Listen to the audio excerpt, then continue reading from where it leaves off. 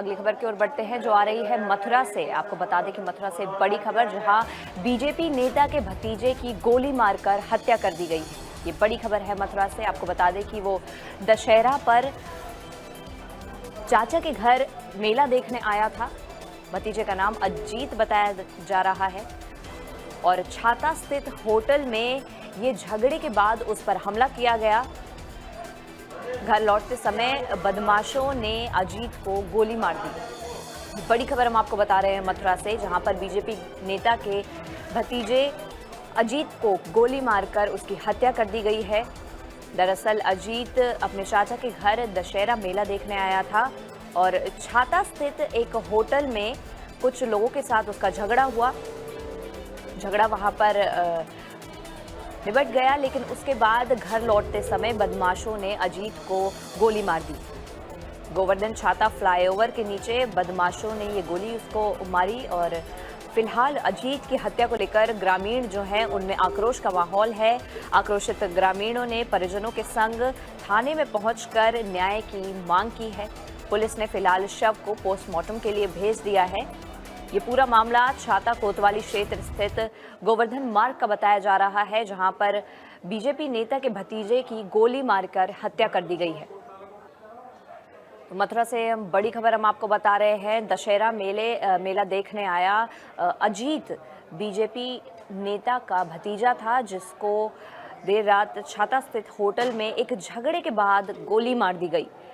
अभी तक बदमाशों का कोई पता नहीं चल पाया है और बताया जा रहा है कि गोवर्धन छाता फ्लाईओवर के नीचे बदमाशों ने ये गोली मारी है।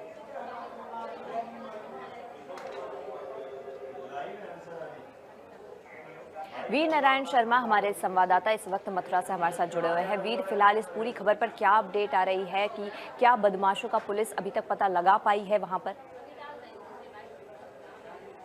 देखिए, बिल्कुल जिस तरीके से मथुरा के सियाज क्षेत्र में बदमाशों के एक बार फिर से हौसले बुलंद होते नजर आ रहे हैं। आपको बता दें कि इससे पहले बीजेपी इलाके से घर के वहां फायरिंग हुई थी और उसके बाद अब भाजपा नेता सुगर सिंह के भतीजे को बदमाशों ने गोली मारी और गोली मारने के बाद अजीत की वहां हत्या कर दी जाती है। और इस तरीके से आप बता दें कि अजीत जो है वो भाजपा नेता सुगर सिंह का भतीजा है और वह बीती रात दशहरा का जो मंचन हो रहा था, दशहरा पे जो रामलीला महोत्सव में शामिल होने के बाद वो अपने घर लौट रहा था। उसी दौरान गोवर्धन छाता रोड पर जो रेलवे का फ्लाईओवर है वहां बदमाशों ने घात लगाकर उसके गोली मार दी। आपको बता दें कि जिस तरीके से अजीत का जो पूरा विवाद सामने निकल कर आया है, उसमें बताया ये जा रहा है कि अजीत और उसके जो गांव के कुछ लोग थे उसके बाइक टकराने को लेकर इनमें दोनों में विवाद हुआ और जैसे ही ये होटल पर पहुंचे वहां इनमें झगड़ा होने के बाद जब अजीत अपने घर वापस लौट रहा था तो घात लगाई बदमाश पहले आगे निकल गए और वहां से अजीत को उनके द्वारा तमंचे से गोली मारे। तमंचे से गोली मारने के बाद अजीत की मौके पर ही मौत हो गई। हालांकि इस पूरे घटनाक्रम को लेकर परिजनों और ग्रामीणों में काफी आक्रोश देखने को मिल रहा है।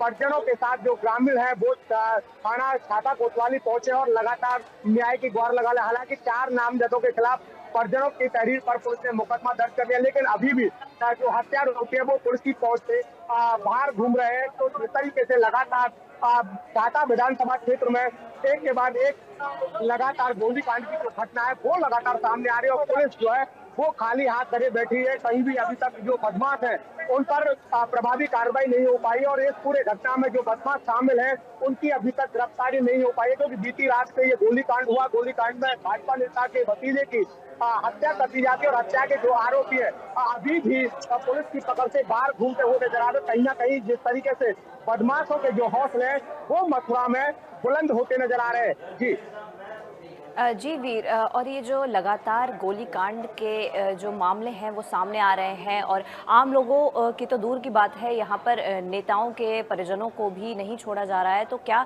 इसको लेकर पुलिस पर, प्रशासन पर वहाँ पर तमाम सवाल जो है वो काफ़ी खड़े हो रहे हैं कि उनकी व्यवस्था कैसी है? जब नेता जैसे लोगों के परिजन सुरक्षित नहीं है तो आम जन कैसे वहाँ पर सुरक्षित रह सकते हैं?